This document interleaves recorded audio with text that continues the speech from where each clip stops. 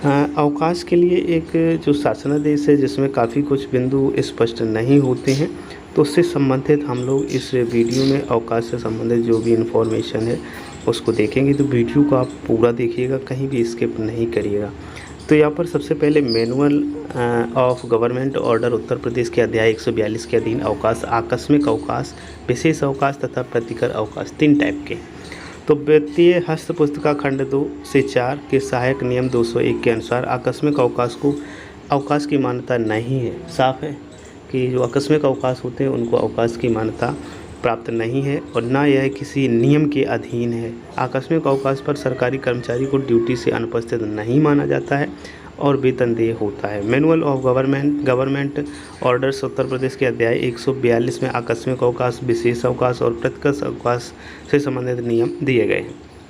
तो यहाँ पर जो प्रस्तर 1081 है, आकस्मिक अवकाश के दौरान कार का उत्तरदायित्व, तो उस संबंध में यदि हम समझें या देखें तो ये अवकाश, आकस्मिक अवकाश को मूल नियम के अंतर्गत मान्यता प्राप्त नहीं है। इसलिए आकस्मिक अवकाश की अवधि में सरकारी सेवक जो होते हैं, सरकारी नौकर होते हैं या सेवक होते हैं, सभी प्रयोजनों के लिए ड्यूटी पर माना जाता है। आकस्मिक अवकाश के दौरान किसी प्रतिस्थानी की तैनाती नहीं की जाएगी। यदि कार्यालय के कार्य में किसी प्रकार का व्यवधान होता है तो आकस्मिक अवकाश स्वीकृत करने वाला अधिकारी तथा लेने वाला कर्मचारी इसके लिए दोनों उत्तरदायी होंगे। साफ साफ है, ये किसी प्रकार का अवकाश नहीं होता है, एक तरीके से सिर्फ इमरजेंसी समस्या का समाधान है, लेकिन आप ड्यूटी पर रहते हैं, आपको कोई भी कार्य बाधित नहीं करना होता है।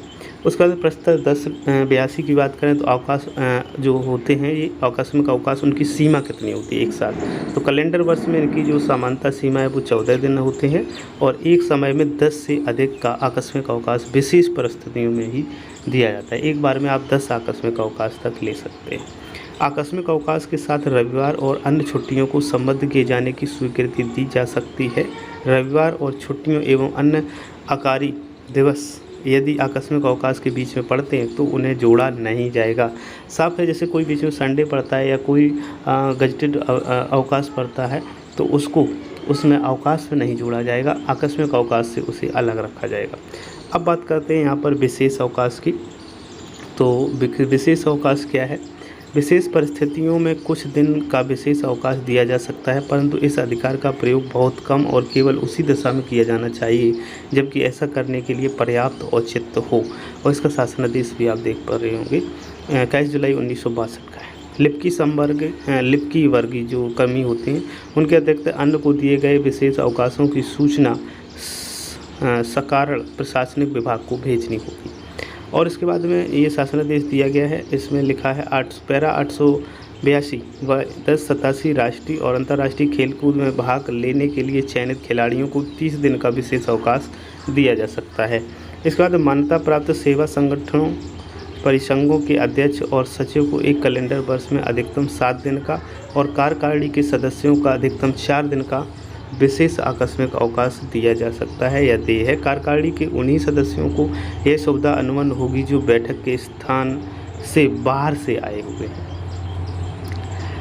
अब देखते हैं प्रस्तर 1083 आकस्मिक अवकाश का मुख्यालय छोड़ने की पूर्व अनुमति। आकस्मिक अवकाश लेकर मुख्यालय छोड़ने की दशा में सक्षम अधिकारी की पूर्व स्वीकृति आवश्यक है। अवकाश अवधि में पता भी सूचित किया जाना चाहिए। सब बातें होती हैं कि जहाँ पे आपको जाना है तो उसका पता भी सूचित करें। समुचित कारण 1084 आकस्मिक अवकाश समुचित कारण के आधार पर ही स्वीकृत किया जाना चाहिए। सरकारी दौरे पर रहने की दशा में आकस्मिक अवकाश लेने पर उस दिन का दैनिक भत्ता अनुमन्य नहीं है। इसके बाद 1085 जो प्रस्ताव है उसमें सक्षम अधिकारी आकस्मिक अवकाश केवल उन्हीं अधिकारियों द्वारा स्वीकृत किया जा सकता है जिन्हें शासनादेशों के द्वारा समय समय पर अधिकृत किया गया है। किसी भी प्रकार का संशय होने पर अपने प्रशासनिक विभाग को संदर्भ भेजा जाना चाहिए। तो ये भी यहाँ पर क्लियर किया गया है। तो बहुत इम्पोर्टेंट ये इन्फॉर्मेशंस हैं जो आकस्मिक अवकाश से संबंधित, वो आपको जाननी बहुत ज़रूरी है।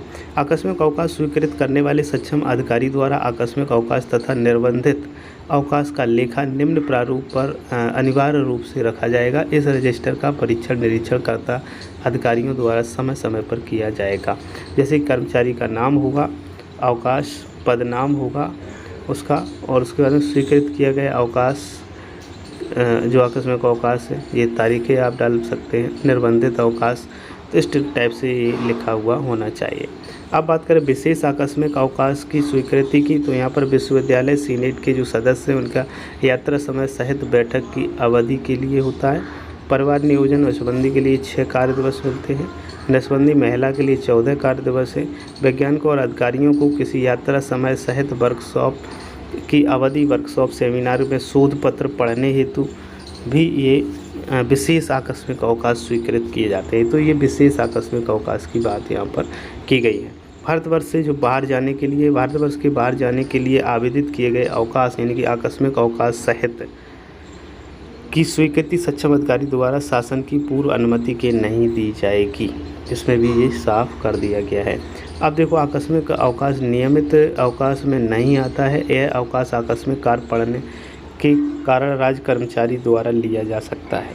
किसी एक कैलेंडर वर्ष में प्रत्येक कर्मचारी सेवक को सामान्यतः 14 अवकाश दिए जाते हैं और एक साथ अवकाश की संख्या 10 हो सकती है, परंतु स्वीकृत प्राधिकारी के विचार में विशेष परिस्थितियों के कारण एक समय में 10 दिन से अधिक का अवकाश दिए जाने का औचित्य है, तो तदनुसार स्वीकृति दी जा सकती है।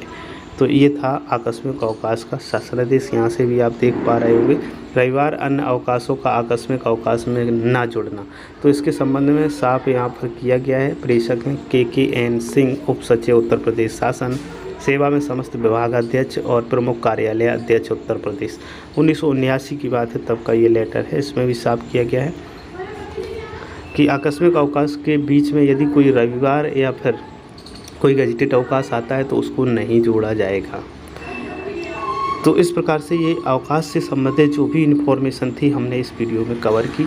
उम्मीद करता हूँ ये इन्फॉर्मेशन आपको उपयोगी लगी होगी।